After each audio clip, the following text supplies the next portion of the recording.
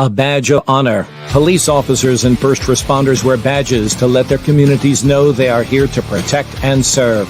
But that's not how it feels today, and the stress of the job is taking its toll, taking lives through suicide and post-traumatic stress injury. A Badge of Honor podcast features the cast of the same name, Sam Horwitz and John Salerno. Sam, John, and the team offer the first responders workshops through their critical incident stress management teams and mental health liaisons to offer state-certified T-Cole credit programs that save lives. It's time to smash through the stigma. It's time to heal from your injury, and it's time to back our blue. Welcome to A Badge of Honor podcast. Here are your hosts, Sam Horwitz and John Salerno. Hey, welcome to A Badge of Honor podcast with John and Sam. We are powered by the OBBM network, and we affiliate ourselves right here in the DFW and the Texas-based area. Man, it's been quite a week. We're ready to celebrate our 4th of July. Couple of words of warning with those who are suffering. We do have, get yourself mentally prepared. Remember that there will be fireworks going off. There will be, loud noises. So if that is something you do suffer with during these times, please make adjustments now. Let your neighbors know. Be very transparent with them. Say, if you're going to be blowing stuff off, let me know in time so it doesn't shock you. You have to be proactive on this and let people know, because some people may be doing this without knowing your condition. So, let's be upfront about it before something bad happens. Welcome, Sam. How are you? Hey, it is just a rock and roll show this Monday. Things are busy, gearing up for Happy Birthday America. And like you said, and being proactive means, maybe you haven't thought about it till now. It's okay. There's lots of resources, tactics, tools. You can reach out and talk to folks that have been there. And it's been a tough time, John. I know that you just want to share what's been going on. Yeah, it doesn't matter how many resources you have. It doesn't matter who surrounds you in your network. If you don't put those things into place or use them or try to reach out to them, they're just tools in a toolbox that are not being utilized. And we have to learn to make ourselves mentally aware of those resources available. We don't want to be putting in a screw with a knife or a fork. We want a screwdriver. We want the proper tool. So we want to make sure that we utilize those tools. There's so many resources out there. There's so many people to speak to at any given point. And, we found that out just recently when somebody who we know in our realm who knew about some resources but the battle was too much. So we have to, this is when we talk about mental health, and we talk about, how to stay mentally healthy. People go through triggers, people go through battles each and every day, be it a first responder, a veteran, or even a civilian. We all battle financially, emotionally, relationships, everything, right? Sometimes we don't see it. We hide it with a smile, right? So we have to rely on our friends, our families, to try to say, hey, are you okay? We have to learn those hard questions to ask. And our guest today just shared a lot of good things with us about being proactive. Because sometimes we forget about the resources because our mental mindset puts us in that dark place, and we don't remember those things. We don't remember what the therapist said. We don't remember to do breathing or yoga, or it's nothing there that sparks our memory. And our guest is going to share some amazing things that he's coming out with tonight about how his applications can spark those memories to get help.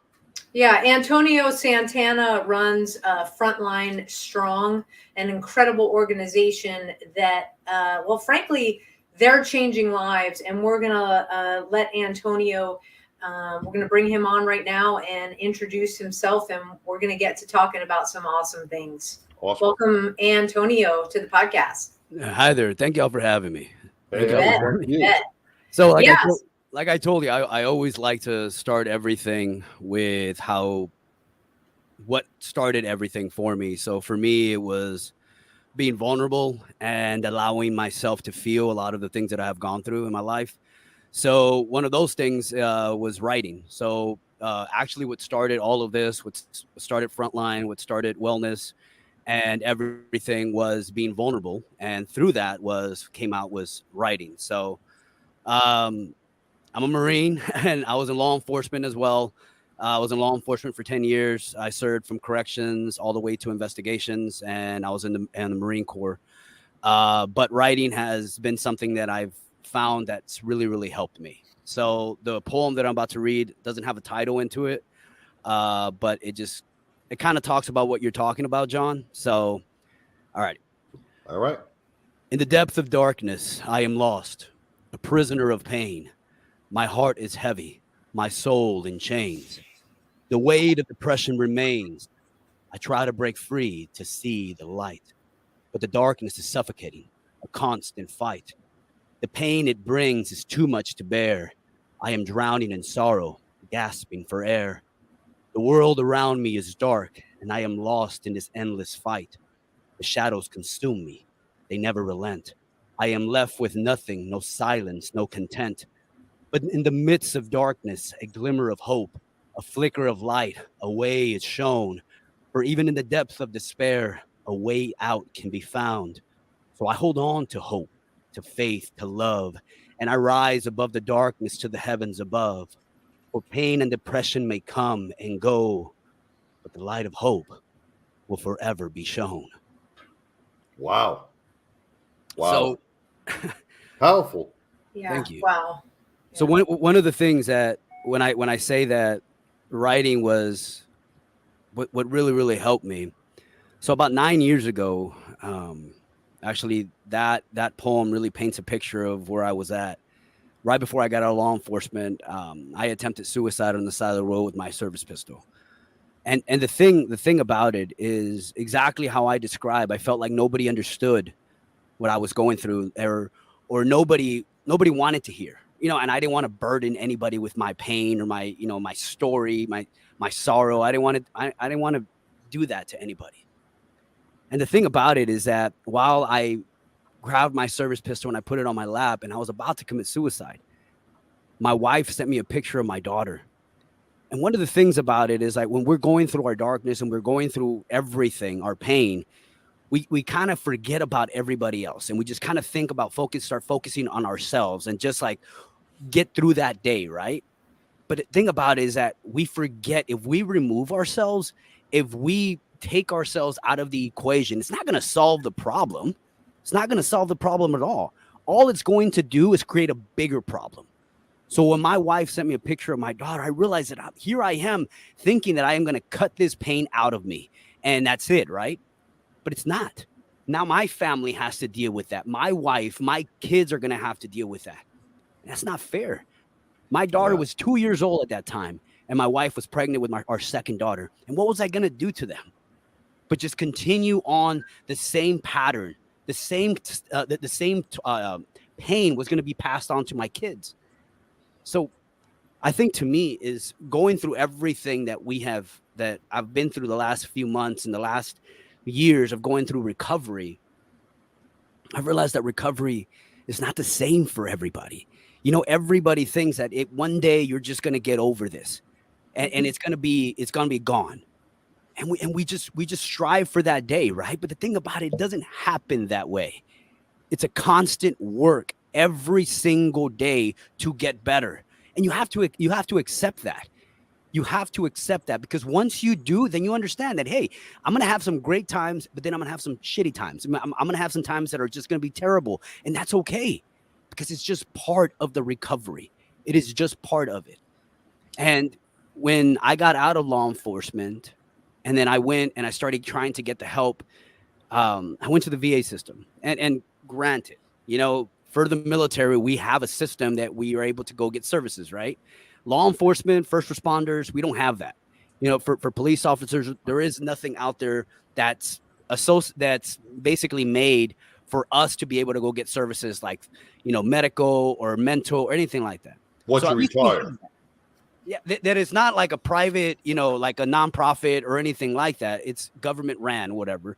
Right. So I started going in and I started trying to get help. And what I started seeing was that there were so many barriers. The first thing they did was try to get me on medication. That's the first thing. They're like, hey, we're not going to be able to put you in therapy for about 4 to 6 months. So let's just start shoving pills down your throat. And I was like, to me, I saw medication as a way of just numbing the problem. It's like, okay, all you're trying to do is just numb the problem and just continue to push me forward. And just like, hey, we did something for you. We gave you medications. Right. But to me, it was not something that I wanted to do. It's justification on their part. It's justification saying, look, we're helping. We're doing something. Yeah. They might as well just throw a bottle of booze in your hand. Exactly. Well, there's a time and a place for medication. And we, that your words and that poem are going through my head right now. We've got to take our first quick break. We will be right back with Antonio Santana, United States Marine Corps combat veteran and also retired law enforcement from Frontline Strong. Stay tuned, everybody. We'll be right back. Move freely, America, without medical restrictions or penalty. Without medical freedom legislation in place, our rights and freedoms are one vote away from being dissolved. Move freely, America, with one voice, without fear of retribution, achieving a common goal, medical freedom. We the people make our voices heard by connecting with state legislators and engaging a constitutionally compliant medical Bill of Rights for all citizens. Individually, change is improbable, but as an aggregate, attainable. It's time to act with one voice. My voice. And my voice. And my voice. And my voice. To protect our freedom, creating one voice that cannot be ignored. This requires your voice, too. Move Freely America. Go to movefreelyamerica.org to find a chapter near you. Plug in, donate, and help our legislators defend our God-given rights under the Constitution. Move Freely America. My voice. And my voice. And together with your voice, we're one voice that cannot be ignored. Donate today. MoveFreelyAmerica.org. Hey, welcome back to A Badge of Honor podcast with John and Sam with a very special guest, Antonio Santana. I always think as soon as I hear Antonio Santana, I want to be like the musician. I get that so much. Welcome back, everybody. We started off the show it wasn't meant to be a dark part of the show, but it did bring a lot of things to light. You said two things that really weighed with me, Antonio, was you found the power and the healing in writing, right? And you made a statement that not everybody battles the same way each and every day. And that is so true because mental health is individualized. When we look at that, we can't treat it all the same. Some people like couch therapy, yoga, exercising, mountain biking, hiking, wind therapy, whatever it is. You have to find what's right for you. And if writing your thoughts out on paper is an amazing way to heal because now you can see it.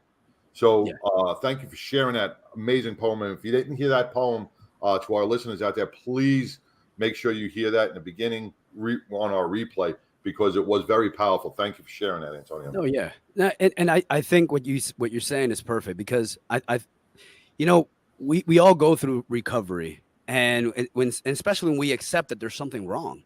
I think for us, like we try to run away from it.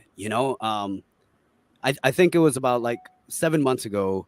I realized that as much good as I've been doing in the last few months, whatever like that, like there was always something there that I felt like was pulling me back. And I ended up realizing that even though I felt I was in this recovery mode, I guess you can say, or recovering stage, and I'm not listening to my own words, I guess you can say that, I wasn't realizing that what I was doing is I was thinking, yeah, I'm fully recovered. I'm great. I'm doing all this. I'm helping people, all of this, right? But at the same time, too, I wasn't looking at my blind spots. Where am I being affected here? So my wife told me, she's like, hey, I think you're drinking too much. And I'm like, man, what do you mean? Like, I'm doing so many things. Like, I can have a beer here and there, And then I started kind of like thinking back, and I'm like, okay, first of all, why am I getting upset that she's telling me this? Second of all, is like, okay, I drank yesterday. Okay, I drank the day before. Okay, I drank the day before, and I'm like, holy crap, I've been drinking every single day. And I couldn't remember when that stopped. Like, when did that start? You know what I mean? Mm-hmm. So I came back home, and I talked to my wife, and I told her, like, hey, you're right. I think I've been drinking too much. I'm going to stop. So I've been sober next week I'll be 7 months sober. Wow. Oh, congratulations. Yeah. Thank you. But what I realized was, that feeling that I felt as if something was dragging me back. What I felt is, and I don't know how y'all feel about this, but I am a firm believer in God. And I believe that God gives everybody the gifts to be the person that they're supposed to be, right? Like that he has planned for you to be. And I felt like I was living up to that. But I always felt like I was getting pulled back.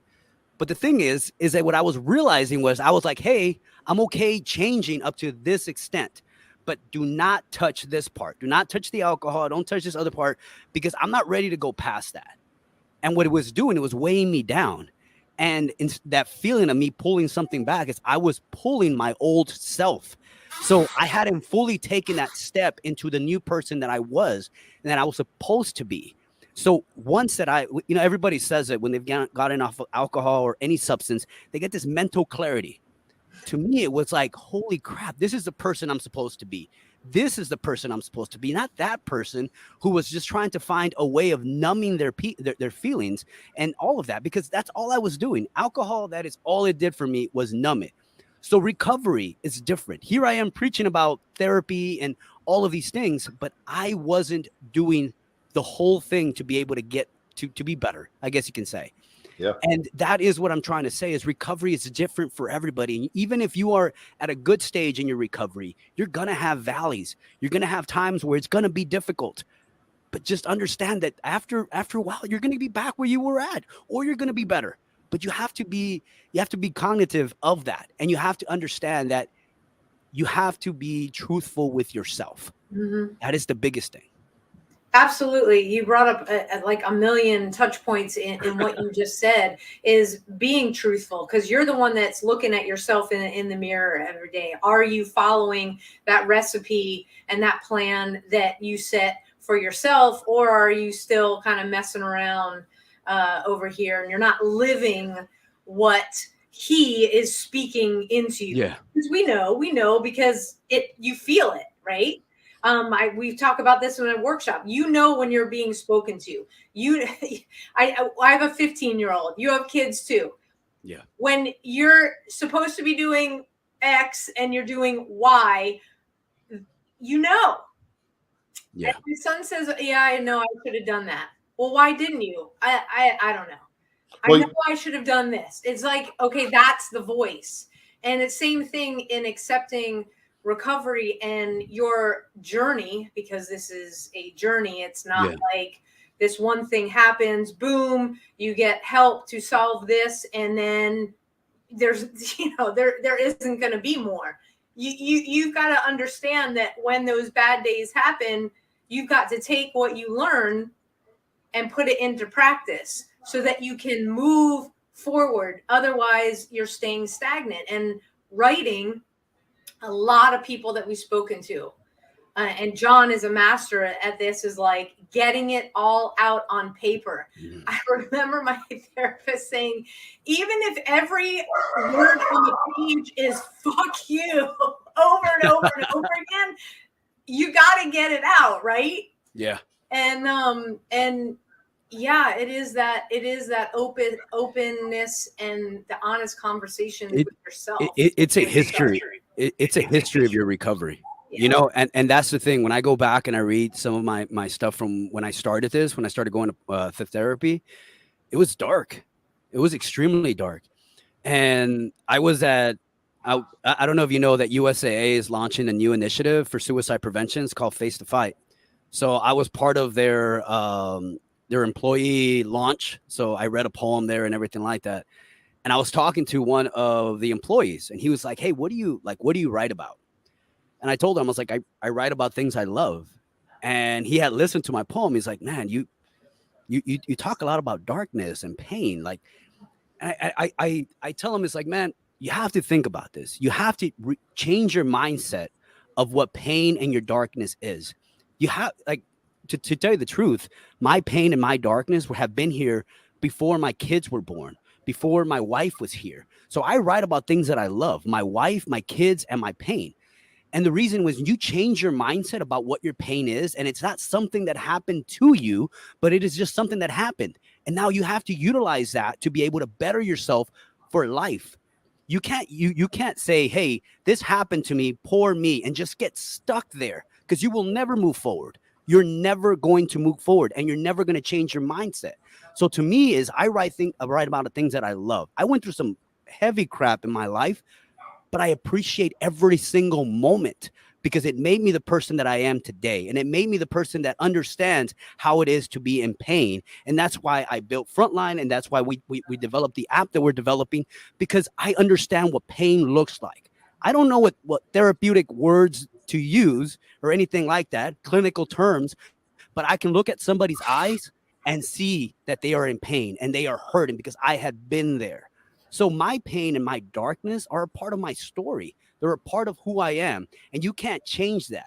So once you are able to say that, I can't change my past. I can't change what happened to me, but I can move forward and I can learn whatever I learned from it. There's always a learning lesson within any dark pain, any dark moment in your life. There's always something there that you can get to better your life. Absolutely. And that's part of building that strength. Hey, if you're just tuning in, you're listening to Antonio Santana. He is the founder of Frontline Strong. We got to take a quick break. We will be right back. Interested in starting a podcast or TV show? Worried about what you'll say and how to keep it engaging? Think you'd like to be a guest on podcast, radio, or TV shows? Hi, I'm Susan Hamilton, owner and founder of OBBM Network, and I would like to invite you to an OBBM media training to get the tools you need for a relaxed and polished performance you'll be proud to share. Our specialized training techniques include role play, voice training, and everything you need to deliver a confident, clear, and engaging interaction. Go to offbeatbusiness.com. Go to the calendar and register for a training that's convenient for you. Dates available now, 214-714-0495. Hey, welcome back to A Badge of Honor podcast with John and Sam, and a very special guest, Antonio Santana with Frontline Strong. You know, before the break, we were talking about our pain and battles and everything else that you went through, Antonio. And if you look at it, you know, God does play a role somehow, somewhere. You know, we have to look at it. Sam, when you look at and we've had a lot of people on this podcast, and if you hear their stories, if you hear their journey, they were all touched by some sort of sign that kept them from pulling the trigger. You know, Sam, you were sitting in your basement, your dog jumped in your lap, snapped you out. Here, Antonio, you're sitting in your car, a picture pops up on your phone. Somebody's just, you know, your wife turns around and sends you that picture at that moment in time. You know, I passed out from exhaustion just before my ordeal. So when you look at these little signs, you have to know that there is something, you know, this is not just three people. This is almost everybody we speak to, that just before they were about to take their, you know, end their life, something in that moment, something shook them out of it. Something turned around and said, hey, it's not your time, right? And then when we talk about our journeys, when we talk about our battles, when we talk about our pain, we can't look at that. We can't look at the past as darkness. We have to look at the past as a celebrating factor that brought us here today. You know, we got to celebrate that pain. You know, if it wasn't for my battles or Sam's battles, me and her would have never connected, right? Our paths wouldn't have crossed. So this mission that we're on, or the journey that we're all on together to bring mental health awareness and bring a healthier lifestyle to others, we've all been put on this for a reason. We don't know what it is right now. Maybe 5-10 years down the road we will. But right now we're all traveling that same path on that same common goal for one reason. And someone had to put us here. Yeah. Someone had to put us here. And I think one of the things that we have to, and that's one of the things that our darkness does, right? It actually tries to make us separate ourselves from everybody, right? We have to remember that our lives are interconnected with everybody. Exactly what you're saying. You know, me meeting you, me meeting Sam, there's a purpose for that, right? There's a purpose for us meeting. But when our darkness, that's why our darkness and our pain are freaking liars, because they say like, hey, you're the only one going through this. You're the only one that is suffering this way. Poor you. No, there's other individuals out there that had suffered as well. And the thing about it, I tell this to everybody, because a lot of the times some of the individuals that I talk to are like, man, my pain is not as bad as yours. Like, you know, I'm sorry you've went through all this. And I'm like, it doesn't matter. You know, to me, look, if you were in a car crash, if you lost a loved one to COVID, or you lost a loved one to whatever you want to put it at, and you were blown up, you were shot at, all of these things, the situations may be different, but the emotional attachment, those emotions, me and you can connect.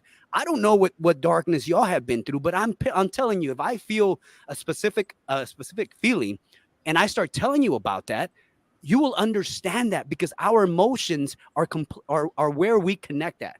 But right. What we tell ourselves is that I can't talk to that individual over there about that, because, you know, they can't understand being shot at, or they can't understand being blown up, but they understand being depressed. They understand feeling alone. They understand feeling like they're the only ones going through this. So we can connect on that stage.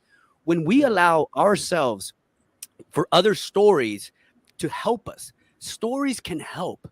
If I don't know if you know, like, if that makes any sense, but to me, the more and more I talk to individuals, my wife will tell you, I talk to so many people, and she's like, why do you do that? I was like, because you can grab a little nugget out of everybody's story to help you, to give you something. But if you close yourself off and say, hey, I'm the only one that knows about this pain, I'm the only one that knows about this, or whatever, you leave yourself in this space where nobody else can help you, because you think you know it all. You know, or you think your pain trumps everybody else's pain, which is bull. It's bull, because everybody else has gone through something themselves, and we can connect on that. Yeah. And, you know, it's out of pain and guys that felt alone, that they couldn't reach out, that your organization was born with. You know, the San Antonio police officers, John and I were at IACP in Dallas when the story broke, that, you know, we're like, wait a second, 5 San Antonio police officers took their life. And everybody at the conference was like, what happened to 1, 2, 3, and 4 coming out? What is going on? And you dove in, I mean, and you were like, no, I can't watch any more of my brothers and sisters go through this. So let's talk about, you know, the birth of Frontline Strong. You got the podcast, and then the app. So we'll probably have to take a break somewhere. There's a lot in there. So Frontline Strong was, like I said, through my writing, we kind of. It was crazy. It's like God puts people in our lives for a reason, right? So I met my partner, Jerry Berlanga, at the gym, kind of told him, you know, what I was doing, you know, showed him a little bit of my writing. He's like, man, I want to help you. So I didn't know exactly what that meant. So it's like, hey, I wanted to start a podcast initially. And I didn't know what to do to start a podcast, researched. And I kind of told him like, hey man, I thank you for having that meeting with me. And he's like, no, for real. Like, you get all the equipment and I'll pay for it. And I was like, seriously? And he's like, yeah, I'll pay for it. So that's how we started doing the podcast. And during that podcast, SAPD, I think they had their first suicide. And I remember telling my guys, I was like, man, I feel like more needs to be done. You know, like, yeah, we're talking about emotions, and we're talking about darkness, and we're talking all this, but like, there's no follow through. You know, to me, it's like there has to be something more that we can do here instead of just talking about it. So I had an idea of just like, hey, what if we start providing services? And and they don't have no idea of how that would be started. But I think for us, like, God has just put the right people in my life. And when we started Frontline Strong to do therapy services, I didn't know how it was going to get accepted. I didn't know if people were going to respond, how they were going to respond to it. But then all of a sudden we just started getting a flood of people. And the thing is that the more and more that I started talking to these guys, the more and more I realized that a lot of them have been wanting to get help, but they just felt that they couldn't because they were scared of losing their job, scared of losing a specialized position they were in. And they just wanted anything out of SAPD, or they wanted anything out of the department.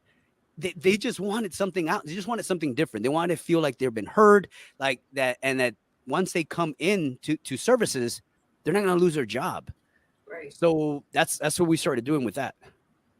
That's great. When we come back from our next break, we're going to talk about the app that you are working on that is going to change lives. Stay tuned, everybody. We will be right back with Antonio Santana from Frontline Strong.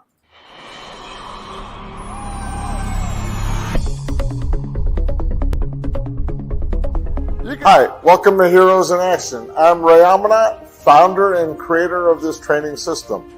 I originally made it so that everyone can train for free. We have programs for kids, for women, families, and businesses. I'm an author, speaker, and educator on everything that has to do with violence and bullying prevention education. If you'd like more information about who we are and what our programs are, please go to our website at heroesinaction.us or give me a call if you have any questions at 727-314-2534. We hope to see you here to train. Hey, welcome back to a Badge of Honor podcast with John and Sam, powered by the OBBM Network. We have our wonderful guest, Antonio Santana with Frontline Strong. When we left, we were talking about your story, your poem, things that you do for your own self, for your own mental health that help you heal. And we're talking about individuality, how stress and mental health affects each of us differently. And you did bring up a good point about the trauma. I was talking to, I forgot, somebody from one of the foundations who was having a little campfire, and he had a couple of veterans around. And one of the veterans who was on deployment but never went out on a mission, right, but still was suffering and battling. And there was another guy there who's been in multiple missions, multiple, gunfights, multiple, roadside bombings. And he goes, man, I can't even speak about my trauma because look at that. Trauma has no value. Trauma is trauma. If I see somebody get their hand slammed in a door, it can affect me just as much as it affected you getting shot at. And that's what we have to look at. We have to look at that trauma there's no basis for trauma. It's just one line. It's how it affects everybody. So thank you for bringing that up, Antonio. I do appreciate that. So I wanted to go back with about Frontline Strong. So, when we started and we started talking to some of the spouses that had lost their loved ones, I think that is what put a lot of more fire under me, is because that could have been my wife, right? So we just don't provide services for first responders and veterans and active duty members. We also provide it for the spouses and the children. I think to me is what really what drove a fire within me was that knowing that could have been my wife and that could have been my kids, and I think one of the things that always drives me in this, and I'm more prone to always helping individuals more when there's a suicide involved. And I know that sounds kind of weird, but I think to me, it's I always put myself in that situation. And my every time I think back about my suicide attempt, I always think about it like kind of like a car accident that didn't happen. When you were about to hit that wall or that car was about to hit you and all of a sudden it just didn't. And you were just sitting there, you're just man, I'm glad that didn't happen. So now about 7 months ago, I talked to my therapist, because I still go to therapy. And I talked to my therapist and I was like, you know what? I'm in a stage of my life right now. And this is extremely difficult for a lot of us who have suffered. I love myself. I have never, ever been truly able to say that. And I think when healing starts is when you are able to accept yourself for who you are and when you love yourself, right? And I think a lot of it, when I think back at these guys that committed suicide, and I'm just man, I wish they knew that they are worth one more day. Their life is worth one more day. Just another hour, another 15 minutes, they're worth that, because they don't know how much pain they're going to leave at the end. So for us, when we started providing, mental health services for the families, and I started talking to some of those spouses, and it just broke me. it broke me talking to them and hearing how now they have to play mom, now they have to play dad, now like all of the things that they didn't have to worry about. Now they're all, it's all on them. And they have to stay strong for their kids. I have one of my really good friends of mine. She became a really good friend of mine afterwards. And she tells me, she's like, I cry in the car sometimes because I just don't want my kids to see that. I want them to know that I'm strong for them. But at the same time, it's like, God, how long can you do that for? You know, and that's what we leave behind when we do this. That is exactly what we don't think about this. We just, I told my wife this, and I was being selfish. I was being selfish because I was thinking, I want to remove this pain away from me. But I didn't think what that pain was going to do to her or what that pain was going to do to my kids. And I was selfish. And that's hard. One of the things that my friend, she told me, she's like, it's very hard for me to forgive him for doing that. Because as much as I love him, as much as I care for him, and as much as I want him back, like it's hard for me to say that I forgive him for what he did. You know, Antonio, I just got to back up real quick because I'm sorry. No, you're good. You know, when you say that's selfish, that you were selfish, one thing that I definitely don't agree with. Okay, it wasn't being selfish because when you go into a dark place, yeah, you know, you don't know what selfish is. You don't know what guilt is. You have all you know is relieve the pain. Yeah. Stop the battle. So I don't think it's a selfish feeling, because it's something that it is out of your control at that point in time. When you fall into that rabbit hole and you're falling, you're just grasping for anything. Your emotion of being selfish, it's survival mode. Yeah. You know what I'm saying? So, you know, I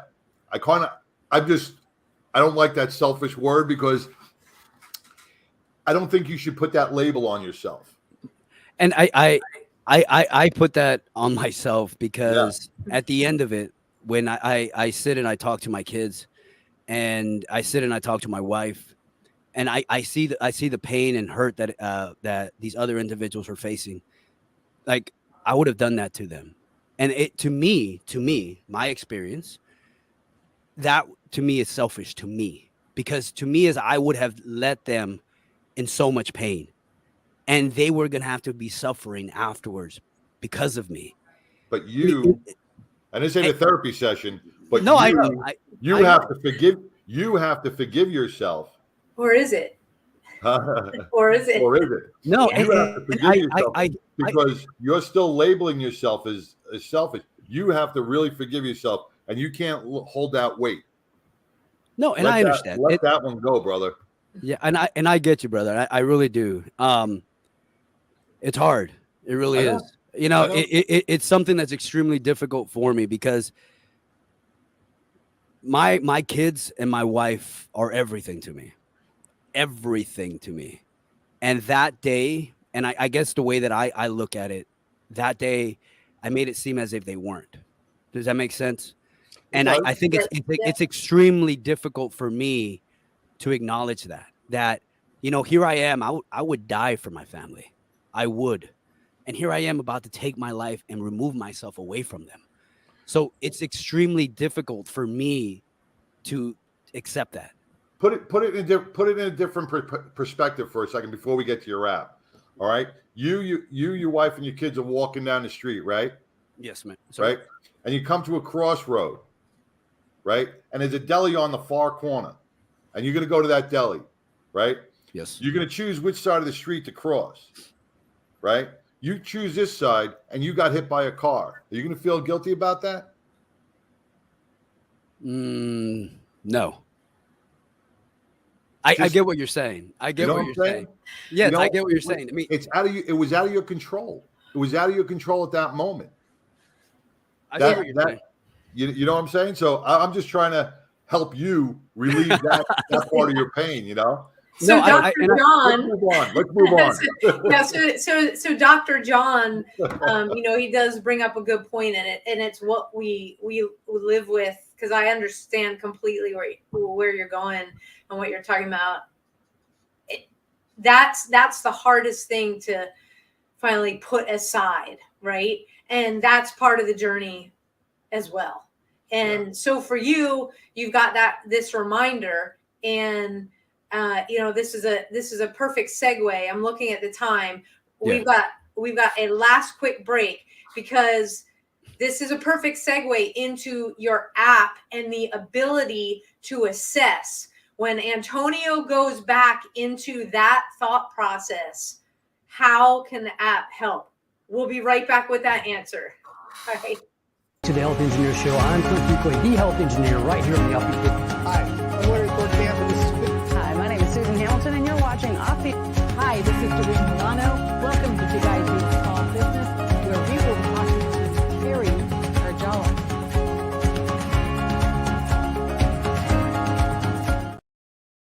Hey, welcome back to John and Sam's therapy session with Antonio Santana.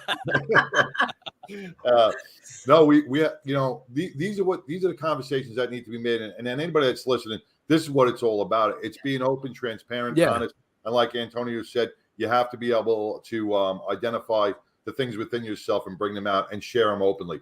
But this app that you developed is probably going to be groundbreaking for a lot of people out there. So and I just want to go back to one little thing before I tell you about the app. So I think because of my suicide, and because of that, I guess that pain that I still have, like that feeling of damn, why did I almost do that and be away from my family, all of that guilt, it's made me work harder to prevent that from happening for somebody else. So to me, as much as I feel guilty for and you're right, John. Like, I think I still feel guilty about it, and I probably do have to let go of that guilt. But what it has done, it's really made me work harder to prevent that from happening to somebody else.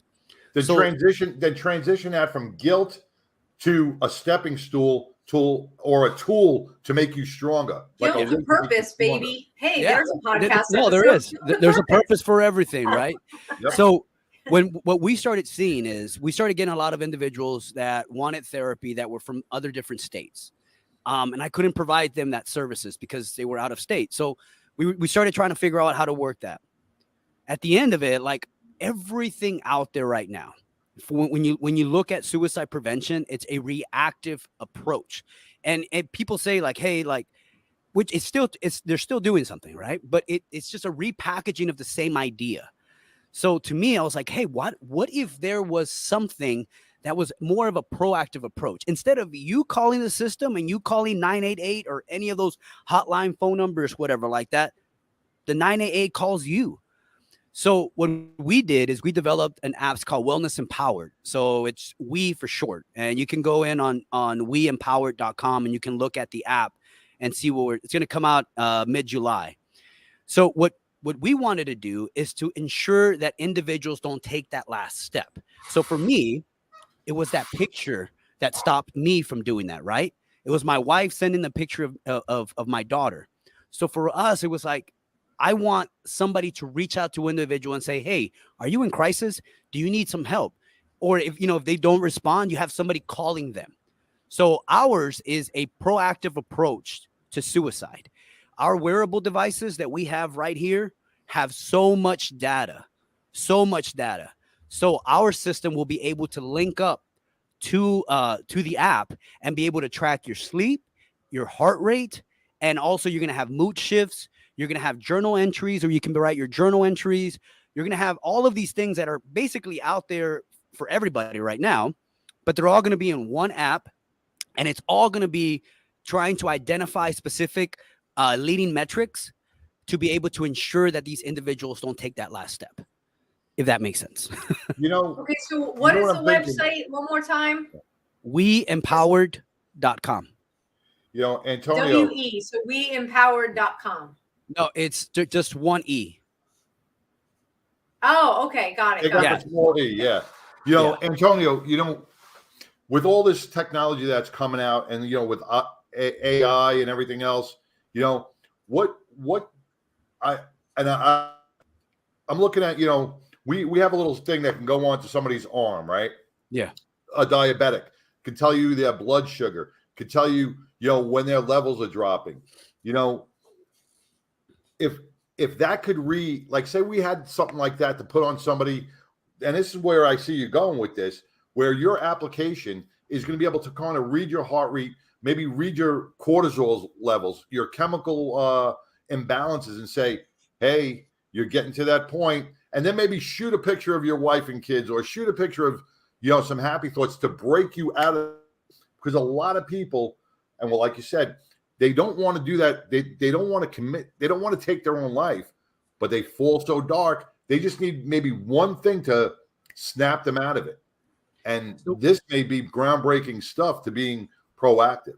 So for us, we're going to have peer support members as well on there, which we're going to utilize as dispatchers. And then we're going to have actual therapists as well. So you'll be able to do therapy on the app as well. And then you'll be able to talk to peer support members. But one of the biggest things about what we're doing is it's called, I don't know if you know about natural language. So natural language is basically what we write. So in your journal entries, when we write everything, whatever like that, there's specific things that we put in there that the system is going to learn about you, right? So there's terms that we'll be able to flag. So if an individual is writing something, whatever like that, the system will be able to track it and be like, hey, this guy might be in a crisis situation. Let's reach out to him. So starting to sound like the government. But the thing is that it's preventing something from occurring, or even just reaching out to the guy and be like, hey, is there something wrong? Do you need to talk to somebody? Should we move up your therapy session? Whatever you need to be able to ensure that you feel better. So one of the things that I've realized that a lot of the times that people that have gone in through suicide, have gone through anything, is that they just want they want to be heard. They want to be heard. And I think with this, you'll be able to give them that space where they can be heard. And now because it's on your app, and you don't have to worry about your command or anything like that. It's private. You'll be able to ensure that you feel safe, that you're not going to get backlash or anything like that from your command or anything like that to come onto our app and be able to get the help. Yeah, that's fantastic. Technology, John, like I always say, being a former Fed, let's just clarify, if you're just tuning in, if this is your first podcast, Sam was not an FBI agent. Okay. Secret Service, not that camp, the good guys here. That with technology like this, okay, so we have the AI that picks up language and stuff. There's always a good camp, and then there's always somebody looking to exploit, right? Yeah. So when we have our hearts and our minds utilizing our experiences, where we came from, to make a difference in other people's lives, that's when the good stuff out of this happens. And you kind of have to have a come to Jesus meeting with yourself, or an agreement with yourself, that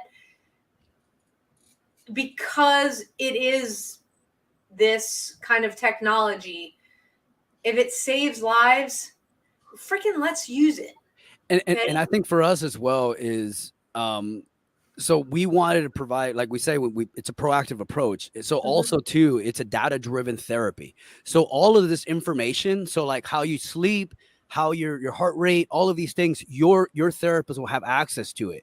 So when you come into therapy, they will be able to review how your week was. A lot of the times we go into therapy and it's already been 2 weeks or a week and a half, and we don't remember what happened within those 2 or 3 weeks, whatever, because we were in therapy. Here, the therapist will be able to go back to your system, be able to like, hey man, on last Friday, you had your heart rate was elevated. You didn't sleep well. What happened that day? Let's talk about it. So now you have a specific point in time that you can focus on. And what helps with that is to identify triggers. So one of the hardest things for me is identifying my triggers. And I think with this, it gives more information to the therapist to be able to provide their patients with better care. Absolutely. Hands down. This sounds phenomenal. And you can find out more at frontlinestrong.org and the app specifically of weempowered.com, and that's 1E. It's wempowered.com. Antonio, this hour just flew by. I'm sorry, I talk a lot. No. This is awesome. Also, don't you guys download on your phones after this podcast, download the app Frontline Strong. You can hear incredible episodes, and you can hear more of Antonio's brilliant poems on YouTube. You can check them out on YouTube. And also, real quick, what are the books that you published? So I got Light Within Darkness and My Journey Through Words, and they're on Amazon. There we go. The app will be released. It'll be done in July, and then after that, we're gonna do a couple of pilots. So we're hoping that by November timeframe, we'll be out to everybody. But we are super excited about it. That is phenomenal. So guys, I've had the website up here for those of you who are listening through your favorite podcast app, frontlinestrong.org or weempowered.com, and that's 1E. So wempowered.com. Go check them out. Antonio, thank you so much again for your time. We'll definitely be in touch. And just, I mean, I feel like we connected through our hearts tonight. And I know this podcast episode is going to have a huge impact because your words you made your words and you put it out there in a way that some of us have a hard time expressing, but I definitely felt that. Well, so I thank you so much. And one of the things is that you have to be vulnerable with yourself. That is the only way that you're going to be honest. Being vulnerable creates honesty because you're being honest with yourself.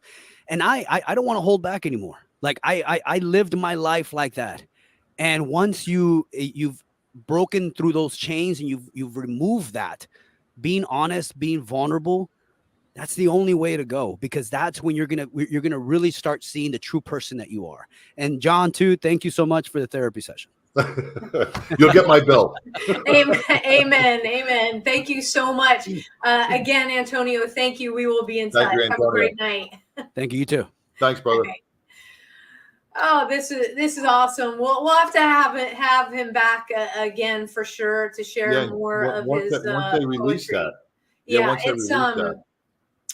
This was hugely impactful for me, and all of our guests bring something incredible each week. And I don't know, for the first time I got to spend almost an hour on the phone with Antonio. It's just he speaks our language, and like I said, it just in a way where it's like and it is about being truthful with yourself. It is about being real. And that's what propels us to be the best version of ourselves every day, so that other people don't have to go through what we went through.